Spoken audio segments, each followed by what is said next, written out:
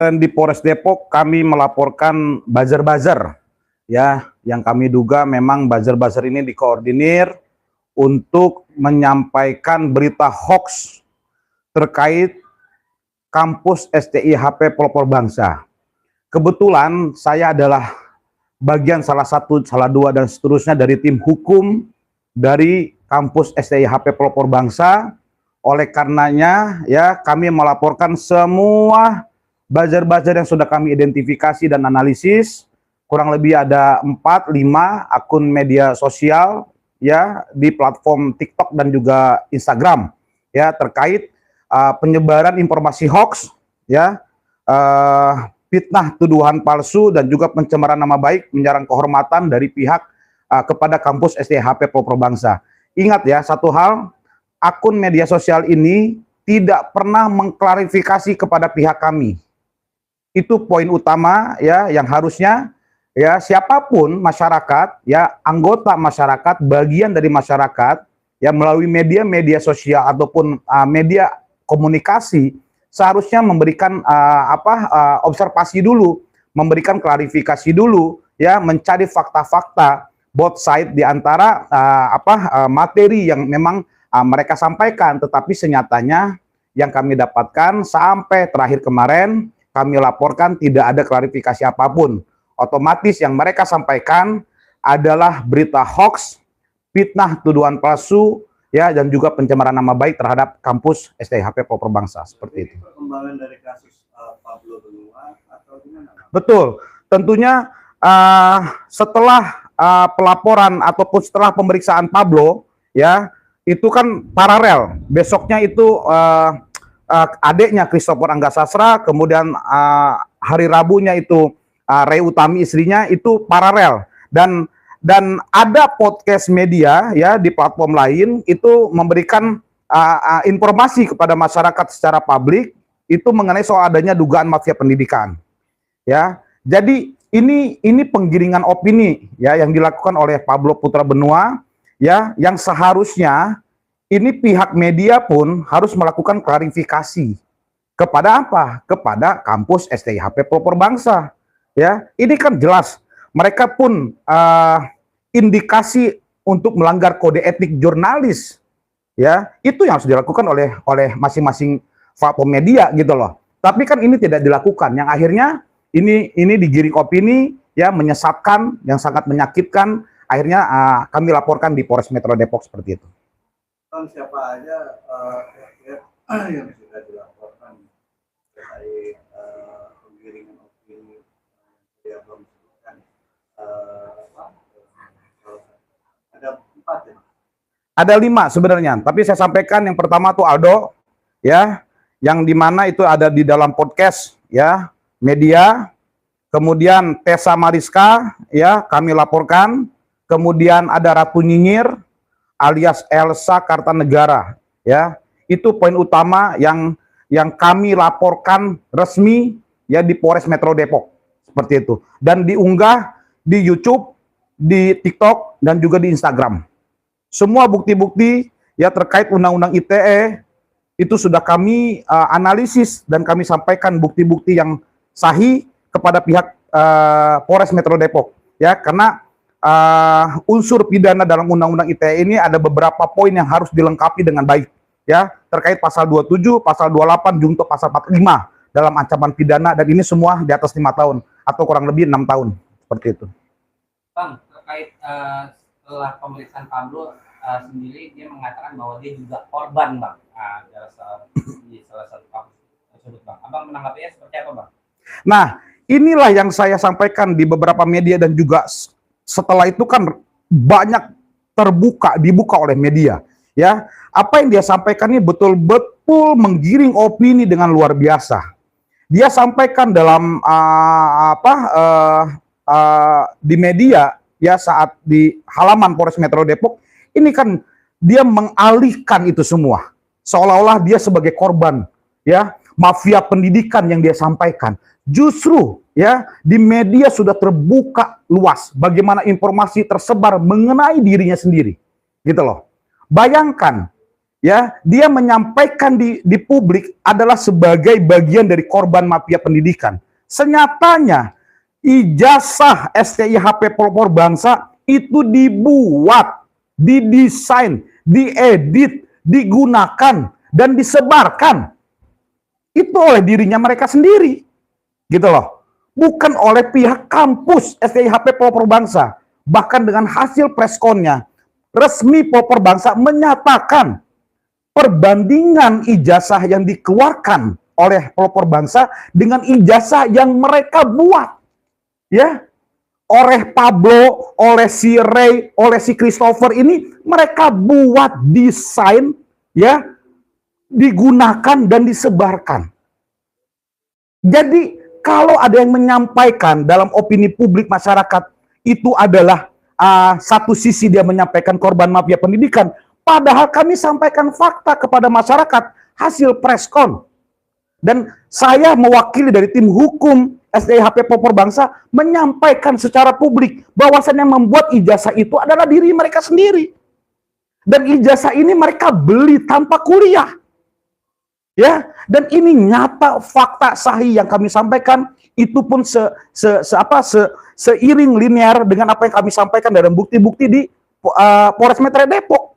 Jadi apa yang dia sampaikan itu betul-betul salah, betul-betul keliru, betul-betul hoax, ya, betul-betul fitnah, tuduhan palsu, pencemaran nama baik kampus STIHP pelopor bangsa. Ya, bahkan dalam media disampaikan dirinya sudah sarjana hukum 2017-2018. Ya. Saya sampaikan kepada masyarakat, Pablo Putra Benua menyampaikan dalam media bahwasannya dia sudah sarjana hukum. Dalam pelaporan di STIHP pelopor bangsa tidak berlaku itu. Kau dalihkan apapun, 10 kau ijazah sarjana hukum, dalih kami adalah melaporkan ijazah dibuat palsu oleh Pablo Putra Benua, oleh Christopher Anggasastra adinya, oleh Ray Utami istrinya. Tidak peduli kami, tidak ada urusan. Objek hukum, ya, dalam pidana itu adalah ijazah yang dipalsukan, dibuat, digunakan dan diedarkan oleh mereka menggunakan ijazah yang menyematkan STIHP pelopor bangsa. Jadi tidak ada apa yang disampaikan itu betul-betul sangat tidak mendasar secara hukum, gitu loh. Dan dia menyatakan sudah sarjana hukum. Di mana? Di STIS katanya, Darul Ulum Lampung Timur. Saya ulang sampaikan lagi. Di dalam PD Dikti, ya, ini saya ajarkan. Kalau orang merasa pintar dan sombong, itu ada fakta hukum yang tidak akan pernah bisa dialihkan. Kebenaran fakta itu akan menemui jalannya sendiri. Dia menyampaikan di dalam media, ya, setelah di halaman Polres Depok itu, bahwasannya dia sudah sarjana hukum di Darul Ulum Lampung Timur. Dia masuk 2014. Saya sampaikan kembali kepada masyarakat. 2014 dia masuk, digunakan di dalam PD Dikti itu namanya Pablo Putra Benua. Saya sampaikan kepada masyarakat bahwasannya tidak ada 2014 yang namanya Pablo Putra Benua di Indonesia ini. Kalau yang dinyatakan dirinya Pablo Putra Benua itu ada setelah putusan PN Medan 2017. Kalau orang yang sama, fisiknya sama, namanya berbeda, maka itu gaib. Itu bohong. Itu tidak ada. Otomatis seharusnya Pablo Putra Benua itu lahir, ada nama itu di dalam kependudukan Indonesia itu setelah 2017. Jadi kalau sebelum dan orang yang sama itu namanya Frederick Anggasastra. Ingat ya, kau tulis di PD Dikti Pablo Putra Benua 2014 ya. Ingat ya, di dalam peraturan PD Dikti atau di LD Dikti dulunya Kopertis. Ini kalau yang kuliah bener paham dia. Ya. Di LD Dikti itu atau di PD Dikti atau di peraturan Dikti Kementerian Pendidikan dan Kebudayaan atau sekarang Kemendikti Ristek gitu ya. Ya, nomenklaturnya berubah. itu sudah dipastikan hanya memegang satu induk nama mahasiswa dan atau mahasiswi, PTN dan PTS. Saya kasih gambaran kepada masyarakat umum. Dia sampaikan masuk tanggal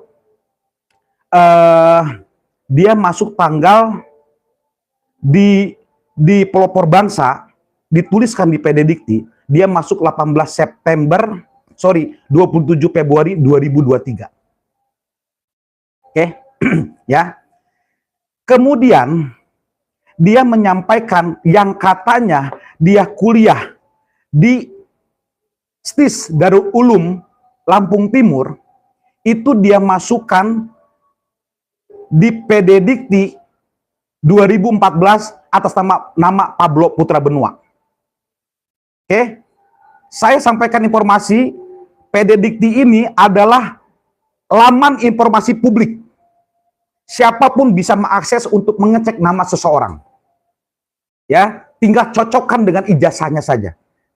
Saya informasikan bahwasannya ya, Pablo ini menyampaikan kepada pimpinan PAI untuk melakukan sumpah advokat melalui organisasi advokat Perkumpulan Advokat Indonesia dengan melampirkan Universitas Islam Az-Zahra tahun 2011. Perlu saya sampaikan, 2011 dia membuat ijazah Islam Az-Zahra dan transkrip nilainya 2011 namanya Pablo Putra Benua. Kami cek di PD Dikti, nomor ijazah itu atas nama Iwan Sutisna.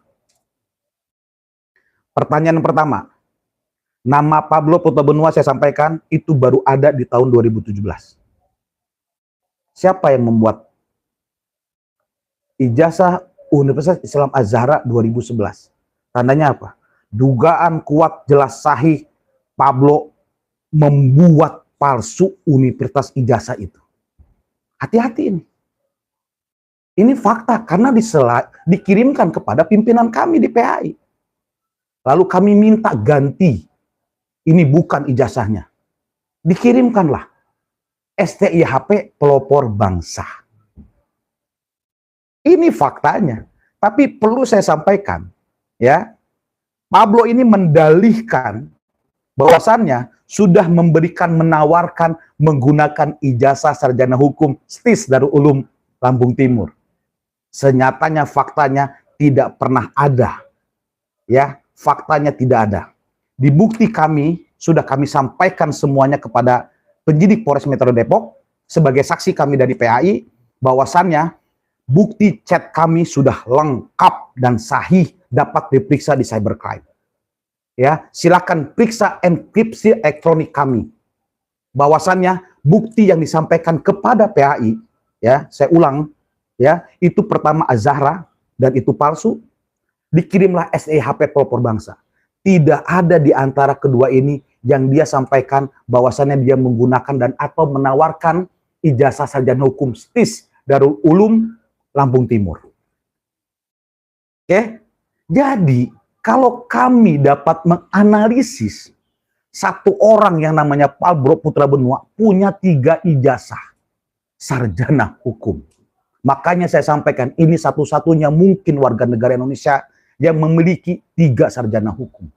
Tetapi maaf, kami sampaikan fakta, Islam Az-Zahra itu tidak benar. STIHP pelopor bangsa jelas dipalsukan.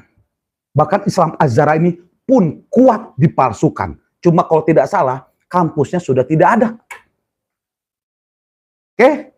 Tapi kami cek di PD Dikti, keluar namanya. Namanya adalah Iwan Sutisna. Yang ketiga, dia sampaikan ya menggunakan sarjana hukum STIS Darul Ulum Lampung Timur. Ingat ya, di PD Dikti dia sampaikan 2014 adalah Pablo Putra Benua. Senyatanya Pablo Putra Benua adanya tahun 2017. Dan ingat, peraturan di Dikti hanya satu induk nama mahasiswa. Ya, ini bukan join graduate atau double degree atau join degree. Ada aturannya, mekanisme dalam kampus. Ya, mana mungkin dalam satu orang ya melaksanakan kegiatan akademik dengan 3 ijazah atau 3 kampus? Tidak akan pernah ada. dan tidak pernah akan diakui oleh Dikti. Ya, karena kami sudah menyampaikan langsung resmi kepada Dikti terkait orang-orang ini. Jadi tidak mungkin ada satu mahasiswa memiliki 3 universitas. Kecuali dia DO, ya, atau dia tidak meneruskan, akhirnya dia dikonversi dengan kampus barunya. Maka nomornya di PD Dikti itu akan dilanjutkan dengan kampus barunya. Itu yang benar. Kalau kuliahnya pernah benar. Ya, jadi orang sudah berbuat salah, orang sudah menipu, memalsukan, maka dia akan melakukan perbuatan ulang, ya, untuk menutupi kesalahan dan perbuatannya. Ini sudah kita dapat buktikan pola alur yang dilakukannya. Maka setelah itu, ya, perlu saya sampaikan, dia pernah kuliah di STEMIK Medan, itu masuk 10 Oktober 2008. Ingat ya, 10 Oktober 2008 di PD Dikti, di STEMIK di Medan, dan namanya adalah Frederick Anggasastra. Di PD Dikti itu dituliskan dikeluarkan atau drop out, itu 2018.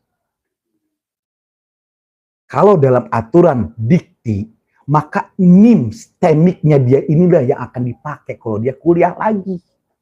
Konversinya, inilah contoh sepintar-pintar tupai melompat, dia akan jatuh dengan kebodohannya.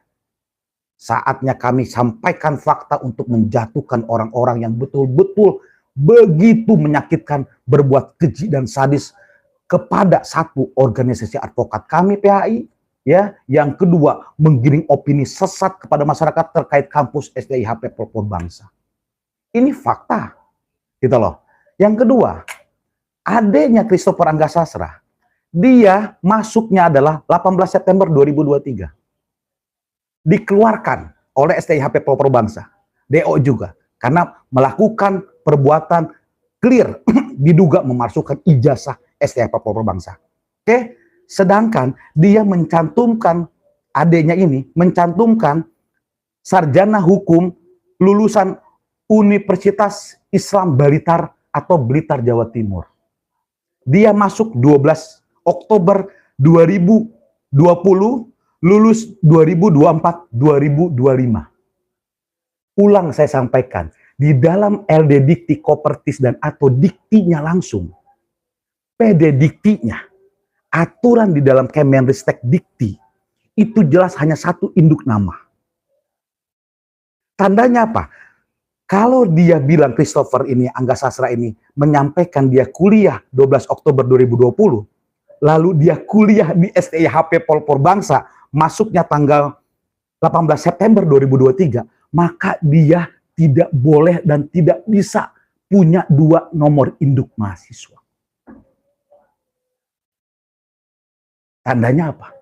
Tandanya ada oknum yang memasukkan itu. Ini Dikti akan meng-cut semua. Oke? Jadi siapa yang bisa memasukkan PD Dikti ini? Hanya kampus-kampus. Kampus itu diberikan akun dari Dikti untuk menginput semua mahasiswa-mahasiswanya yang belajar, mendaftar. Jadi di rentang dia belum lulus atau di rentang dia masih kuliah di Universitas Islam Blitar, lalu di tengah-tengah 2023 dia daftar di Pelopor Bangsa, ini sudah pasti batal dan gagal. Nggak akan mungkin di Dikti itu bisa masuk, karena nomor induknya masih aktif di Blitar itu. Ya, ini saya sampaikan faktanya. Ini saya sampaikan pengajarannya yang sebenarnya yang seharusnya dipahami oleh masyarakat. Oke? Kemudian dia lulus katanya 2024-2025. Ya, sudah salah. Pertama, dia di STIHP Pelopor Bangsa memalsukan, lalu dia menginput yang katanya masuk 12 Oktober 2020 untuk Christopher Anggasastra di Universitas Blitar. Ini pun sudah salah. Ya, ini yang harus dipahami oleh masyarakat. Jadi, yang seharusnya diperiksa oleh Dikti itu bukan kampus STIHP Pelopor Bangsa. Tapi dugaan yang harus betul-betul diperiksa adalah mereka ini. dan juga kampus yang mereka sampaikan bahwasannya mereka sampaikan sudah sarjana hukum. Di mana? Di Darul Ulum Lampung Timur dan di Universitas Blitar Jawa Timur. Ini yang harus diperiksa, bukan kami. Ya, inilah ya yang seharusnya dipahami langsung oleh masyarakat atas klarifikasi, apalagi sudah preskon di pelopor bangsa untuk menyampaikan fakta-fakta yang valid. Seperti itu poin utamanya. Nanti ada lanjutannya seperti apa, Bang? Terkait ijazah yang diduga palsu ini. Karena kemarin pihak kampus kan sudah memberikan statement. Ya, jadi memang kampus sudah selesai melaksanakan tugas kewajiban hukum ya yang dilakukan oleh kampus kepada Polres Metro Depok. Jadi saat ini tentunya penyidik dalam proses rangkaian penyelidikan dan penyidikan ya sesuai dengan KUHP dan juga Perkapolri, maka penyidik menyelesaikan semua pemeriksaan saksi-saksi yang memang dibutuhkan untuk melengkapi unsur-unsurnya. Ya, tetapi kami mendapatkan respon yang sangat luar biasa, bahkan kami menyampaikan menerima update yang luar biasa. Tentunya kami memiliki keyakinan, ya, analisis hukum bahwasannya yang mereka lakukan ini, kami punya keyakinan Polres Metro Depok akan melakukan peningkatan status dari penyelidikan dan penyidikan, atau dalam istilah umumnya adalah naik sidik, ya. Tandanya apa? Sudah cukup terang perbuatan pidananya. Ya, otomatis apa? Penyidik mengirimkan SPDP atau surat perintah dimulainya penyidikan ke Kejari Depok dan juga kepada pihak pelapor dan terlapor. Tentunya selanjutnya akan ada pemeriksaan. Bila mana sudah lengkap, maka sudah pastikan kami meyakini akan menetapkan para tersangka dalam perbuatan pidana yang kami laporkan di Polres Metro Depok seperti itu. Bang, dari Polres Depok itu kan dari pihak kampus ya. Betul. Dari PAI sendiri yang Polda Jabar seperti apa, Bang?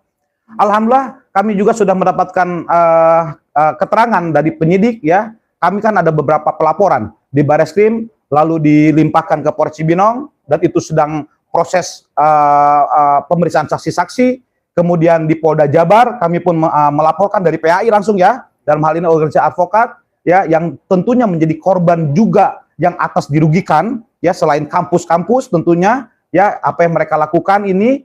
Kemudian Polda Jabar sudah di titik yang cukup luar biasa ya karena mereka sudah gerilya untuk pemeriksaan saksi-saksi ya di pekan ini. Tentunya mereka sudah berkoordinasi dengan institusi Polri lainnya ya. Tentunya kan ini ada pelaporan-pelaporan yang cukup banyak ya terkait subjek hukumnya, terlapornya adalah orang-orang inilah gitu loh. Tentunya mereka berkoordinasi secara institusi dan itu memang alurnya ya. Sampai saat ini tadi pagi kami sudah menerima informasi yang luar biasa ya, cukup membahagiakan kami tentunya ya. Apa yang kami sangkakan, dugakan dan analisis itu membuat terang peristiwa pidana yang memang kami laporkan orang-orang itu ya. Kemudian di Polres Sumedang pun demikian ya, kami melaporkan tentunya ini pun sama. Jadi beberapa sektor dalam hal ini di Bareskrim dilimpahkan di Polres Cibinong, di Polda Jabar, kemudian di Polres Sumedang. Ini semua satu kaitan linear dengan di Polres Depok juga pelaporannya ya, dengan terlapor yang sama ya. Sebenarnya ada 4 orang, Pablo Putra Benua, Christopher Angga Sasra, Ray Utami dan Rangga Hadi Putra ya. Dan ini sudah linear dalam poin sektor linear komunikasi dan koordinasi ya. Para aparatur hukum kita luar biasa. Tentunya kami mengapresiasi kepada institusi Polri ya, kepada Polres Cibinong tentunya, Bareskrim Polri, Polda Jabar, Polres Sumedang dan juga Polres Depok melaksanakan proses peraturan hukum ini dengan baik gitu loh ya. Proses pemeriksaan ini dengan baik ya, tegak lurus mereka ya, betul-betul integritas mereka betul-betul dilakukan dalam pelaporan yang kami lakukan khusus untuk atas nama PAI seperti itu. Oke, Bang.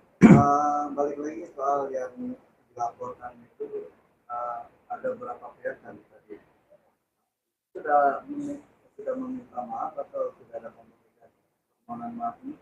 Kalau sebelum ini terjadi cukup panjang, memang ada komunikasi ya, ada komunikasi ya.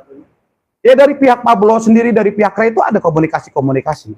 Ya, kami dapatkan itu karena kami sudah dapatkan bukti itu semua. Ya, dari orang-orang kami pun sama demikian. Ya, kemudian dari pihak buzzer-buzzer yang kami laporkan ITE pun ada komunikasi dengan kami tentunya. Ya, tetapi untuk saat ini bagi kami sudah diberikan pemahaman, ya, diberikan klarifikasi, tetapi memang mungkin karena kesombongan dan keangkuhan, ya, kemudian karena tidak menanggapi dengan baik, gitu ya, maka kami memastikan tidak ada lagi komunikasi, kami menutup komunikasi, kami menutup ruang apapun, ya, untuk perkara ini tidak proses lanjut, ya, maka kami pastikan proses ini tidak ada lagi ruang apapun dengan pihak terlapor. Dan kami yakini, ya, proses hukum yang kami lakukan ini akan pada waktunya, ya, membuat terang peristiwa pidana dan penyidik akan menetapkan sebagai tersangka. Maka kami akan kawal proses hukum ini, tidak ada lagi perdamaian apapun sampai proses hukum di pengadilan. Dan kami akan kawal semua proses ini. Itu poin utama kami. Oke, Bang, yang menarik di sini kan sempat ada beredar terkait video dari media sosial. Di mana Pablo teriak-teriak di kendaraan roda 4. Oh ya, Terkait Aldo. Itu menyikapi ini gimana, Bang? Apa sih yang terjadi sebenarnya? ya, saya sedikit mengomentari. Perlu saya sampaikan, Aldo ini adalah anggota BRIMOB yang masih aktif. Aldo ini adalah anggota BRIMOB yang telah diproses PTDH atau pemberhentian tidak hormat. Oke? Itu dengan alasan LGBT. Sudah jelas di media. Oke? Dan Aldo ini melakukan proses banding di Kesatuan BRIMOB. Kalau dalam proses hukum namanya status quo. Ya, putusan PTDH-nya itu tidak berlaku saat ini. Karena Aldo melakukan hak hukumnya untuk melakukan upaya banding. Otomatis putusan PTDH-nya di tingkat pertama itu tidak bisa dilaksanakan eksekusi. Atau dia sudah dipecat benar-benar murni dari Kesatuan BRIMOB Polri kita. Jadi perlu saya sampaikan kepada masyarakat yang rame dia viralkan. Itulah yang saya sampaikan. Kalau orang pintar, itu pakai akalnya cepat menerima informasi yang benar. Ya, karena ini orang ini bodoh, tetapi sombong, ya, lalu dia sampaikan di media, bahkan di take down sama dia loh. Itu siapa, Bang? Itu Pablo tuh. Di media kan dia yang buat, tolong. Ya, anggota BRIMOB, dia orang sipil. Itulah bodohnya. Karena ijazah palsu semua. Gak pernah kuliah hukum. Ini saya kuliah hukum. Wisuda saya, ini jelas. Ya, di Fakultas Hukum Universitas Sriwijaya, IPK saya 3, kuliah saya 3 tahun 7 bulan. Sarjana Hukum PTN. Seleksi negeri. Lulus seluruh Indonesia. 20 tahun masih nempel teori hukum.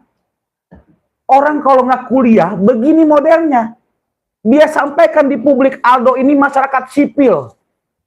Tapi senyatanya, nih saya ajarkan. Biar paham masyarakat. Ya, buzzer-buzzer biar pinter. Gitu loh. Apa? Dia ini banding si Aldo ini. Kalau banding, Mas perhatikan. Kalau banding, statusnya masih anggota BRIMOB dan masih digaji. Tetapi tidak ada tukinnya atau remunerasinya. Jangan lain. Betul. Tapi gaji pokok sebagai anggota Polri atau PNS misalkan, itu tetap diberikan. Artinya apa? Masih kewenangan BRIMOB.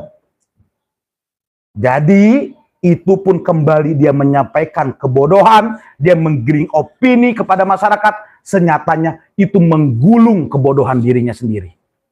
Semakin terbuka fakta bagi orang-orang yang waras akalnya. Maka perlu saya sampaikan di media, hati-hati ya. Aldo itu masih anggota Brimob Polri. Secara aturan hukum internal ya sudah saya pelajari semua. Maka Polri dalam hal ini Brimob, kesatuannya wajib mengeksekusi dengan menangkap dan menahan Aldo. Saya sampaikan, barang siapa yang mengganggu, merintangi, menghalangi ya tugas pokok institusi Polri ataupun Brimob dalam hal ini khususnya, maka sudah masuk penyertaan perbuatan pidana. Ya, jadi kau hati-hati ya.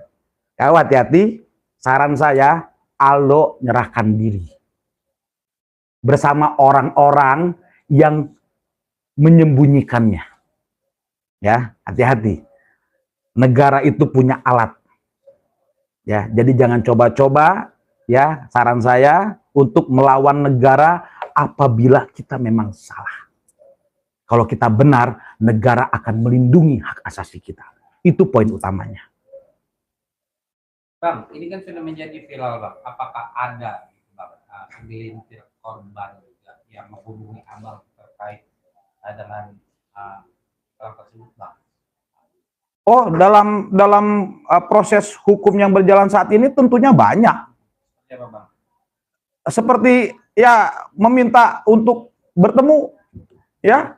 Tapi saya sampaikan tadi di awal ya, tentunya kami dari tim hukum organisasi advokat, kebetulan saya sekretaris tim hukumnya juga ya, PAI menutup ruang apapun. Proses hukum lanjut dan kami kawal. Di sisi yang lain, saya secara pribadi adalah tim hukum bagian dari STIHP Pelopor Bangsa. Oke? Dan juga menutup semua apapun ya, cara ya untuk tidak melanjutkan proses hukum. Kami harus menyampaikan kebenaran, kami harus menyampaikan fakta-fakta hukum ya, dan kami akan lanjut dan kawal proses hukum ini sampai selesai di pengadilan. Itu poin utama kami sampaikan kepada media seperti itu.